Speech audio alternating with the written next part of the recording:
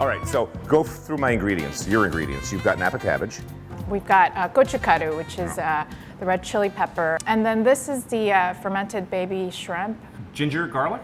Yeah, so we've got ginger and garlic. Okay. I like to use just a little extra just pureed onions to give it a natural sweetness and roundness. In the Korean tradition, when we talk about kimjang, which is the fall cabbage fest where people are storing hundreds All the women of the village get together, and it's like the beginning of the kimchi block party. Right. Is what I would say.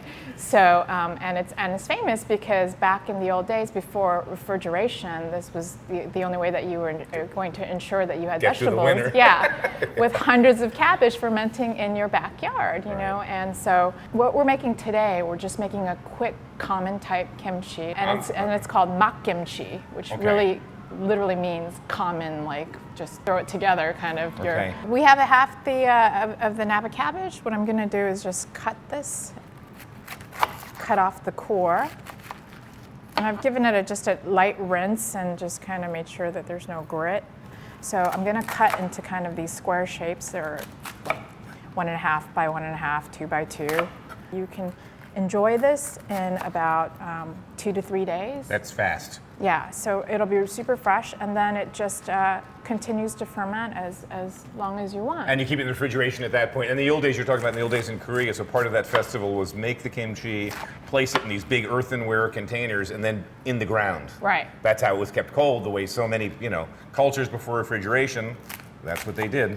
Right, and I often kind of see that as the same kind of parallel to like the environment in which you age wine in a cave or cheese, so it makes perfect sense. Well, the French used to keep confit the same way when they had, the idea of making confit, putting it in fat so it was safe, it was under a lid of fat, there was no air in it, and they kept it cold outside. Right. So we're gonna just throw some salt, some kosher salt in this case, in here, and let it go for about 50 minutes.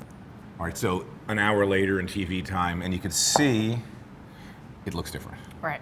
Flattened out, a little more concentrated. Literally, it's begun to cook in that sense of the word, in the chemical reactions, what's happening Right. here.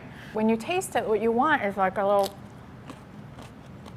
sweetness of the cabbage to It's right behind the salt. shine through. So, I always have to tell people that, no, the salt is actually rinsed out. We don't keep the salt in the fermentation process. Through a colander, shake it, squeeze it dry. Right. So what I'm gonna do is just put some this as a base. Garlic and ginger. I have my fish sauce there. And all these ingredients can be purchased, at any Koreatown store. You can go to that's one on 32nd Street, and buy all the stuff to make kimchi at home. Right. Old school. Yeah, you're gonna get your hands in there anyway. Yeah. I'm thinking this is grandma style. Yeah, and I'm just gonna throw a little pinch of sugar. Just basically, this is it's making its own juice. It's making its own vinegar. So that's the whole probiotics and the. It's the more research they do, the more like this is what your gut needs. That looks great. You know what? I gotta taste it, baby kimchi. But it's the chili peppers that's so important. And you got this, already that cabbage is so sweet. People don't realize how cabbage. And people think, oh, kimchi is so salty, and I'm like, you just got a bad batch if it's too salty. This isn't salty at all. All right, so I can't wait. So 48 hours from now, that bad boy's gonna be ready to go. It's actually kind of interesting now, but I think the flavors really come together in the fermentation though. So this is your product, available in Whole Foods near you. And I just can't pass up the opportunity to eat kimchi. This is killer. All right. We're gonna do one more thing now. We're gonna do one more riff on kimchi style. And that's gonna be something that's a super quick one. Quick ferment, just everybody that you get a cucumber and you're like ready to go. Who can't do that? All right. Lead me into this one. This is just a regular old cucumber that comes wrapped up in plastic, one of those guys. Yeah. So less seeds, a gourmet cuke. Right. So I'm just cutting this very thinly, maybe about 1/8 of an inch. And then we're just gonna put about 2 teaspoons, I would say, salt, and then sort of give it a quick little toss. Just like, you salt the pasta water, or you just... Salt everything. Chefs salt their shoes. Salt is the beginning of everything. And then meanwhile, I'm just gonna cut my chives. So then you're just kind of throwing the kimchi seasoning together. So again, your red pepper flakes? Red pepper flakes. And then you've got just onions. Okay, just sliced real thin. Yeah. Fish and sauce. Then fish sauce, if you don't want to have fish sauce, you don't need to put fish sauce. I want fish sauce. Just, yeah, why not? I'm putting a pinch of sugar as well.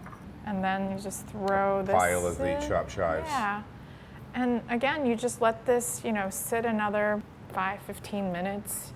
There are no rules in kimchi making. Remember that. That's what we have to live by. So. Don't go Paul Greco on us. Oh no. Okay. Lauryn Chun, thanks for coming out today. I'd shake your hand, but I can't do I that. know. We'll do the fist. We'll do the fist thing. Great book coming out November 2012 called The Kimchi Cookbook. I had to let you shill for that. Mother-In-Laws Kim Chee, Whole Food stores, and other cool artsy stores around the city. I'm sure there's hippie bearded stores all over Brooklyn with your stuff on the shelves. Yeah, actually, yeah. So it's great. I just love being able to tell people the kimchi story. Well, that's why we're here. Eat more kimchi. Using That's my hands to make kimchi. So Wait, look at her hands. Hold the hands up. That's it. Up. She's walking the walk, talking the talk, rubbing the rub. No, it's so great. Thanks a lot. Thanks for coming on. I'm not kidding. I am going. My mission in the next couple of months to learn how to make kimchi. So I'll be texting you some of my questions. What happens when it turns black and blows up? Or is there smoke normally coming out of the jar? Explode. That's right. Don't let it explode. Don't let it explode. All right. Eat more kimchi, folks. We'll see you next week. All right. Thank you. Thank you. Wash your hands. I know. It's going to burn up.